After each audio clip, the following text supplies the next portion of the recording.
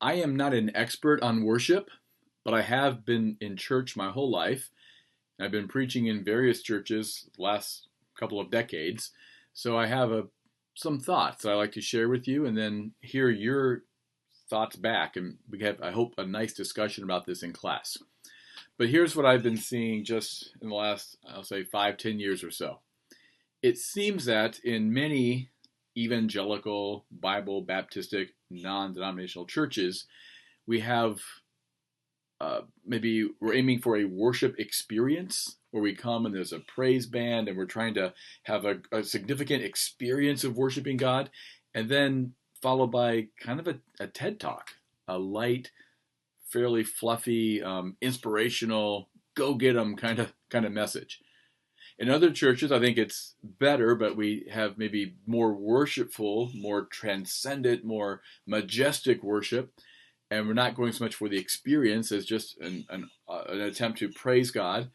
But then the sermon that follows is still it's not a TED talk, but it's still fairly educational, like a classroom setting. It's a lecture, a Bible lecture, and I think we can do even better if we have truly worshipful, majestic, transcendent, praising our triune God, but also followed by a sermon, which is not, of course, a good sermon will educate, a good sermon will teach people things, but the sermon itself is part of the worship. I said experience. I don't want to say experience, but because we're not going for the experience, but a sermon is part of the worship. And I think sometimes, and these are in our really good churches with pastors I really love and the people that I cherish, but I think we're missing this even with the sermon. Example, about a month ago, I was preaching in a really good church, and I was preaching through the story of Esther, and it's a two-part sermon. So it's part two, and how the story of Esther, how it climaxes, and God saves His people, and there's just a lot of fascinating. It's a fun story. It's a story about God's deliverance, and I was done. An older lady came up to me and said how much she enjoyed it, and told me that she took 4 pages of notes.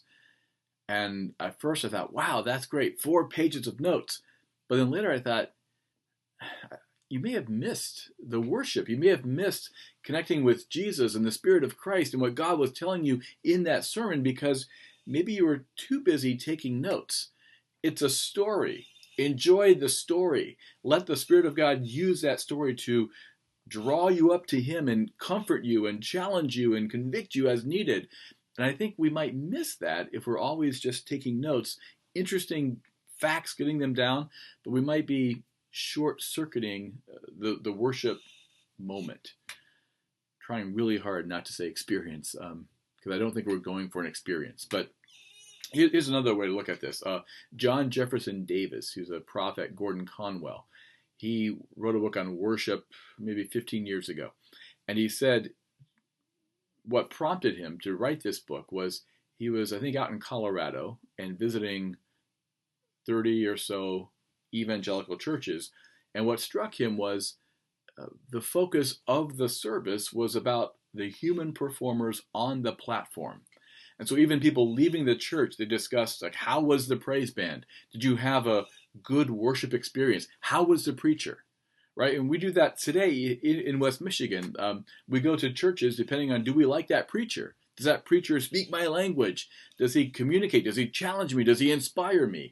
And is the worship uplifting? And we focus a lot on how the human performers are doing on the platform.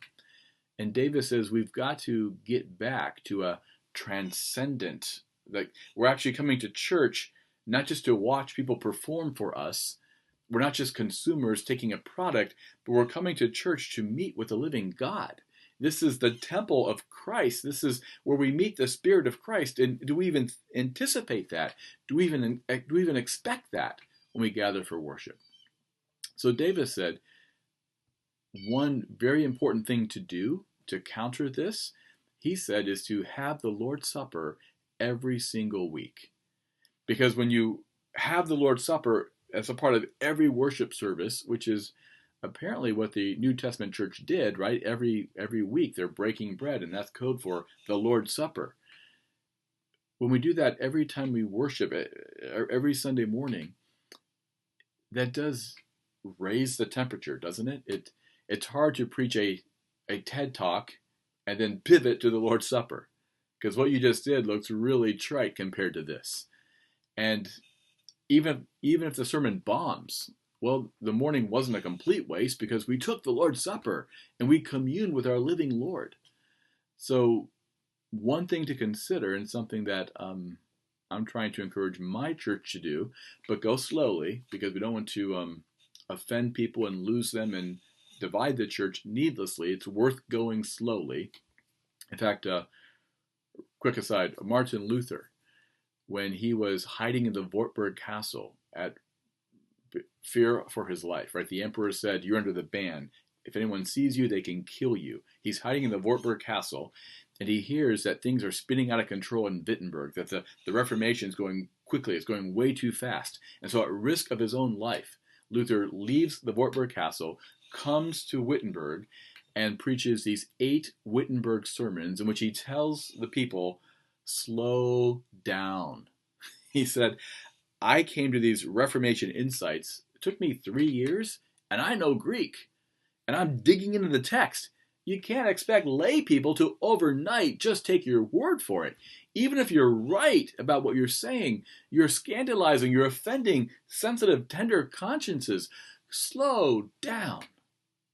And I think that's just really wise advice. That when we are leaders of a church, and especially a new church, we will see things, a new church for us, or we come to a new church, and we see things that we'd like to change, but we probably shouldn't change them, or most things, right away. Go slowly. Earn the people's trust. Show them from the Bible and in practice why these things are so. So I would love to have the Lord's Supper every single Sunday. I think it's even really important. But my church just isn't ready for that. And so I'm hoping to lead them there, earning their trust. And as we do the Lord's Supper every month, to show them that just by the way we do it, that this is meaningful. Isn't this great? Isn't this truly significant? Emphasize how powerful this is. And hopefully, many of them will start asking, why can't we do this more often? Why just a month? I miss it. I want it more. So that's the hope. That's the plan. But as far as the worship service, then I think again, I teach a lot as I preach, and you can tell sometimes I preach while I teach. I don't think these things are mutually exclusive. But in church, the sermon should be always aware that this sermon is part of the worship. And my number one task here is not to just dump information and fill up their heads with facts, but this is worship. And the whole point of this is to bring and lead our hearts to Jesus. And then we talk about the music, which of course is very divisive. And I would just say that our worship, the lyrics, the words that we have in our songs, they really matter. In fact, they're probably what the people remember most. It's what sticks. I can't remember most sermons that I've ever heard, but I do continually sing the songs I grew up singing in church. In fact, those melodies, they just plant those words deep in my bones. I can't get rid of them. Keith Getty, Keith and Kristen came to our school maybe 5 years ago, and they had a talk about worship, and he said something really important. He said he noticed that older people, they have a soundtrack. They have songs they know by heart, songs they sing in the shower, songs when they're in a nursing home, when their minds are gone, they can still start singing, they can still be singing old hymns. The songs you sing in church, they're the last thing to go, and they can be a great comfort to you. But he said that young people, they don't often have this because it's trendy today in many of our churches to sing the latest, the most recent, the whatever is being played on Christian radio. And so we sing these songs, but in a few months they're gone and we'll never sing them again. And he said, here's his advice. think, what are the 40 or 50 top songs you think your church should know? Make sure you regularly sing them in church 2 or 3 times a year so that those songs stick in people's hearts and they will be with them right up to the end. It's also important to tell people that the words matter, because what are our songs if not prayers? Most Christians feel like they don't pray nearly enough. And again, I think we should take more time in our worship services for just prayer, and prayer not just so people can find their places on the platform. You ever look up while people are praying and you see people scurrying around to get into position for the next song? That's not wise, right? We want to tell people that prayer matters, and we're going to pray and not just move around. But with that said, our songs are prayers. So it's good to tell people that we do pray already more than we know, right? As we sing together, we're not just saying words, we're praying these things. The book of Psalms, it's the Israel's prayers, it's Israel's hymn book. And so if that's true, though, then the words do matter in these songs. And we want to sing songs with significant words. If there's something that I don't want to pray to God, I don't want to sing it to him either, because if I sing it to him, I am praying it. Lastly, on Moodle, there's this handout of the liturgical year. And again, I've never been a part of a church that follows the church calendar. We're evangelical, so we do have, I guess, the Hallmark calendar: Mother's Day, Father's Day, Memorial Day, sometimes even 4th of July Sunday, which can be a very dangerous thing. I think we need to get patriotism out of our worship services, right? I don't even think the American flag should be in our worship space. If we were in a foreign country, if we were in Beijing and there was a Chinese flag in the auditorium and they're singing or mentioning patriotic numbers to China, we'd feel very uncomfortable, and we should. I think we want to make sure that we're here to worship Jesus, and you shouldn't have to be an American to feel at home in our worship space. So we want no competition for Jesus. We shouldn't be pledging allegiance to the flag in our church services. We shouldn't be singing "My Country 'Tis of Thee" in our worship service. We come to worship Jesus, not America. So we do have a church calendar. And again, I would like my church to incorporate some of this, but again, go slowly. This is not something you want to just dump on people. But I got this from Kent Walters, Cornerstone worship prof, who was a worship pastor for many years in Granville, and he is really in tune with this. And there's historically a cycle of light, a cycle of life. You can read the handout, but cycle of light is Advent, and increasingly more churches are doing the 4 candles of Advent, the 4 weeks before Christmas, where we prepare for Jesus coming. Then there's Christmas, which lasts 12 days until the eve of Epiphany. Epiphany is January 6th, and that's when the wise men traditionally came to see the baby Jesus, or 2-year-old Jesus. Then there's a season after Epiphany, which goes up until Ash Wednesday, where we remember on some Sundays Jesus' baptism, the wedding feast in Canaan, his transfiguration. And then there's a cycle of life, which starts with Lent, the 40 days before Easter. Easter was the big holiday in the early church. It wasn't Christmas, it was Easter. That was their big, most holy days. And leading up to Easter was a period of Lent, and in the early church period, like in Augustine's Hippo, the catechumen would put in their name to be baptized. And then for 40 days they would fast and be catechized and learn the doctrines of the church. And then on Easter morning, they would go out and be baptized naked, privately. It was modest, but they would be brought back into the church service wearing white robes and fresh sandals, and they would take their very first Lord's Supper. Before that time, they couldn't even be in the room for the Lord's Supper.